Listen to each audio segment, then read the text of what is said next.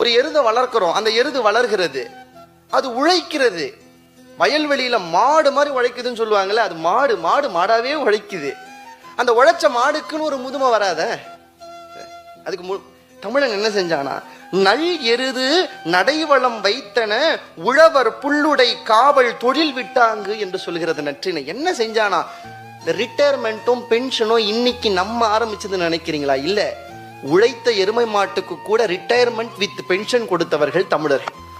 என்ன சார் செஞ்சாங்கன்னா, அந்த ஓடி ஓடி உழைச்ச எருதுக்கு வயசாயிடுச்சுன்னா என்ன செய்வாங்களாம், அதை கூட்டு போய் ஒரு புல் நிறைந்த நிழல் பரப்பிலே அதை விட்டுட்டு, இனிமே நீ எந்த வேலையும் செய்ய வேண்டாம், சாப்பிட்டு தூங்குன்னு ஒரு காவலாளியை போட்டு அதை விட்டுருவாங்களாம். The first retirement for animals என்பதை உலகிற்கு அறிமுகப்படுத்தியவர்கள் தமிழர்.